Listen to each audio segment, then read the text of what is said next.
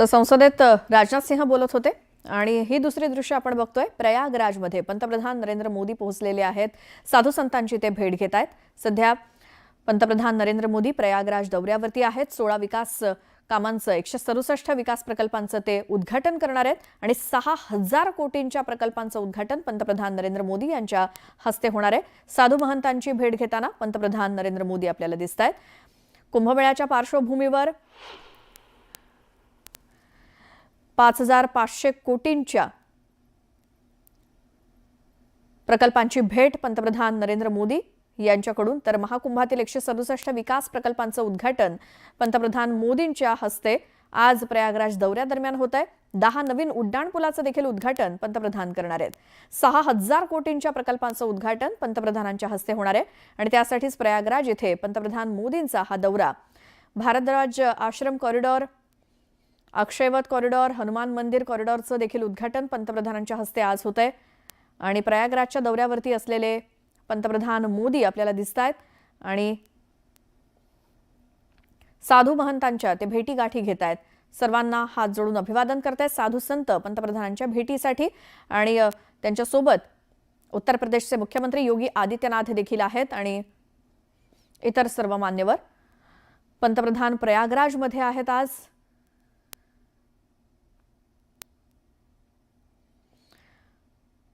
विविध विकास कामांचं उद्घाटन, प्रकल्पांचं उद्घाटन पंतप्रधान मोदी यांच्या हस्ते होत आहे प्रयागराज इथे आणि मोदींचा हा प्रयागराज दौरा अतिशय महत्त्वाचा। आज ते प्रयागराज इथे पोहोचलेत। थोड्या वेळापूर्वी आपण दृश्य देखील बघत होतो। 167 विकास प्रकल्पांचं उद्घाटन पंतप्रधानांच्या हस्ते होणार आहे। यामध्ये 10 नवीन उड्डाणपूल आहेत ज्यांचं उद्घाटन मोदी करणार आहेत। नदीसमोरचे रस्ते प्रकल्प आहेत, कायमस्वरूपी घाट आहेत, अशा एकूण 167 विकास कामांचं उद्घाटन। भारद्वाज आश्रम कॉरिडॉर आहे, शृंगवपुरम धाम आहे, अक्षयवत कॉरिडॉर, हनुमान मंदिर कॉरिडॉरचं उद्घाटन पंतप्रधान करतील।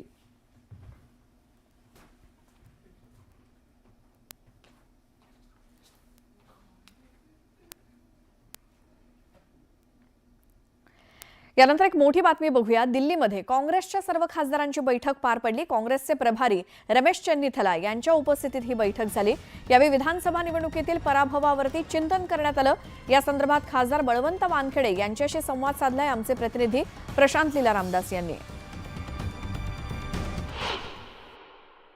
काँग्रेसचे खासदार बळवंत वानखेडे माझ्यासोबत आहेत, थेट त्यांच्याशी चर्चा करूया। सर, काँग्रेसच्या सर्व खासदारांची बैठक रमेश चन्नीथला प्रभारी जे आहे त्यांनी घेतली, कुठे चर्चा झाली, काय चर्चा झाली? पीसीसी ऑफिसमध्ये माननीय चन्नीथला साहेब आम्हाला सर्व खासदारांना महाराष्ट्रातील भेटले आणि विविध विषयावर चर्चा केली। गेली विधानसभेची निवडणूक असेल किंवा अन्य काही विषय असतील, या सर्व विषयावर त्यांनी आस्थेनं विचारपूस केली आणि आमच्यासोबत संवाद साधला। संवाद साधताना झालेल्या चुकांवरती देखील माहिती घेतली का? काय विधानसभेचा निकाल जो काँग्रेसला अतिशय धक्कादायक आहे? नाही, पक्षांतर्गत ज्या काही बाबी आहेत, ज्या काही जय पराजयाची कारणं आहेत, त्यावर सुद्धा चर्चा केल्या गेली। एक अतिशय महत्त्वाचं म्हणजे आजपासून लोकसभेमध्ये संविधानावरती चर्चा होते। सलग 2 दिवस चर्चा होणार आहे। संविधानाची चर्चेची सुरुवात प्रियंका गांधी करत आहे। काय वाटतं की हे एक नवीन प्रकारचा प्रयोग आहे? प्रियंका गांधीचं भाषण जे आहे ते सगळ्यांना आकर्षित करेल? भाषण आकर्षित करण्याचा विषय नाही। भारतीय संविधानाला 75 वर्ष पूर्ण झाले आणि 75 वर्ष पूर्ण झाल्यानंतर लोकसभेत त्यावर भाष्य झालं पाहिजे, चर्चा झाली पाहिजे।